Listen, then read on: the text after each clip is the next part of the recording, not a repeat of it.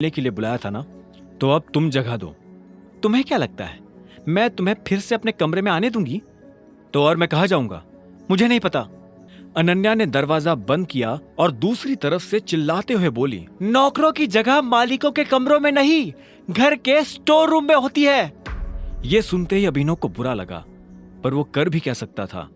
उसने बस बंद दरवाजे को देखा और हताशा से अपना सिर हिलाने लगा। उसे पता था कि उसे बाकी कमरों में भी कोई जगह नहीं मिलने वाली है, इसलिए जहां इस घर के नौकर सोया करते थे, अभिनव वहां चला गया। वहां उसे किस्मत से एक बिस्तर खाली मिला और अभिनव उस पर जाकर सो गया। अभिनव को कब नींद लगी और कब सुबह हो गई उसे पता ही नहीं चला। वो जल्द से जल्द तैयार हुआ और AK प्राइवेट लिमिटेड पहुंच गया। जैसे ही वो कैब से बाहर निकला तो सबसे पहले उसकी नजर सनी पर पड़ी। सनी ने भी उसे देखा और चालाकी से मुस्कुराते हुए बोला, आहा, देखो जरा कौन आया है, सिक्योरिटी। वो अभिनव को अंदर नहीं आने देना चाहता था। सनी की एक आवाज पर सिक्योरिटी वाले वहां आकर खड़े हो गए। वो अकरम को फोन मिलाने वाला था, पर इससे पहले कि वो अकरम को फोन मिला पाता, इतने में एक सुंदर सी लड़की काली स्कर्ट और सफेद शर्ट में उसकी तरफ चली आ रही थी। उसने आते ही सिक्योरिटी वालों से कहा, तुम लोग जा सकते हो, ये मेरे साथ है। इतना कहकर उसने अभिनव की तरफ देखा। ये देख सनी के होश उड़ गए। उस दिन पार्टी में और अब यहाँ भी अभिनव ने सनी को गलत साबित कर दिया था। इससे पहले कि वो कुछ कह पाता, अकरम की सेक्रेटरी जेनी ने उसे शांत रहने का इशारा कर दिया था। अभिनव को सनी के चेहरे पर छाया मातम देखकर काफी खुशी हो रही थी। वो मुस्कुराया और जेनी के साथ निकल गया। आपको अकरम ने बताया कि मैं यहाँ क्यों आया हूँ? ये सुनते ही जेनी के कान खड़े हो गए। अभिनव जैसा आदमी जो यहाँ नौकरी के लिए आया था, वो अकरम को अकरम कहकर बुला रहा था। जेनी ने इस सवाल का कोई जवाब नहीं दिया। उसने अपने ऑफिस का दरवाजा खोला और अंदर चली गई। अभिनव भी उसके पीछे पीछे अंदर आया और बोला, तुमने मेरे सवाल का जवाब नहीं दिया। सॉरी, जेनी ने कहा। जेनी ने जिस तरह से सॉरी कहा, अभिनव को समझ आ गया था कि वो उसे पसंद नहीं करती थी। जेनी ने इतने में अपनी टेबल पर रखा एक पेपर उठाया और अभिनव की तरफ बढ़ा दिया। अभिनव ने पेपर लिया और उसे पढ़ने लगा। उस पेपर पर उन नौकरियों के नाम लिखे थे जो अभिनव कर सकता था। उसने लिस्ट पर अपना ध्यान लगाया और देखा कि उसमें कुछ नौकरियों के ऊपर स्टार बना हुआ था। उसने जेनी को देखा और बोला, ये यहाँ स्टार क्यों बना?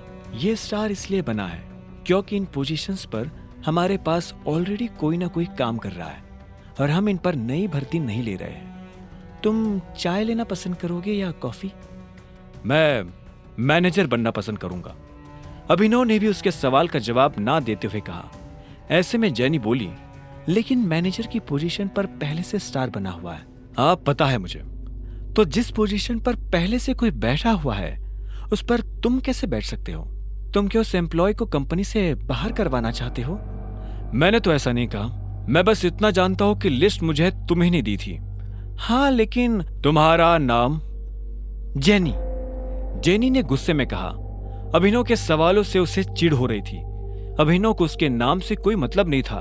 उसने आखिर में कहा, देखो जेनी, इसमें मेरी कोई गलती नहीं है। तुमने मुझे लिस्ट लाकर दी, मैंने उसमें से अपनी पसंद की पोस्ट चुन ली। अब आगे क्या करना है वो तुम देखो। ठीक है मिस्टर अभिनव, तो अब मुझे तुम्हारे बारे में कुछ जानकारियों की जरूरत पड़ने वाली है और तुम्हारा ऑफिस कल से शुरू हो जाएगा, जेनी ने कहा। अभिनव ने हाँ में सिर हिलाया और वहां से निकल गया। सनी को अभी भी समझ नहीं आ रहा था कि आखिर अभिनव वहां क्या लेने आया था। उधर अभिनव को लगा कि अब कल से नौकरी पर जाने के लिए उसे नए कपड़ों की जरूरत पड़ने वाली है। कपड़ों के साथ साथ उसे अपना फोन भी बदलने की जरूरत थी। अकरम का दिया हुआ चेक उसकी जेब में ही रखा हुआ था। अभिनव अपने चेक से पैसे निकालने के लिए बैंक चला आया। तभी उसकी नजर प्रणव से मिली। प्रणव उन लोगों में से था जो अभिनव की गरीबी का मजाक उड़ाया करता था।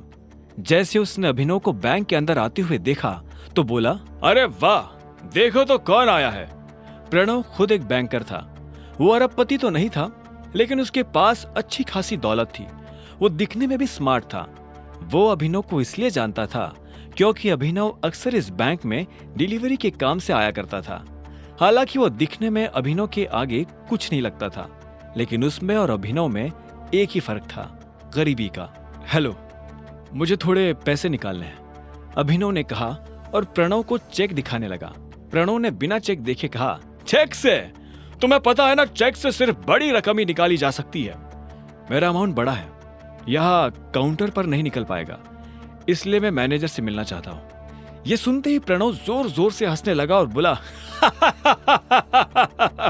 तुम्हें उसकी जरूरत नहीं पड़ेगी, मुझे अपना चेक दिखाओ।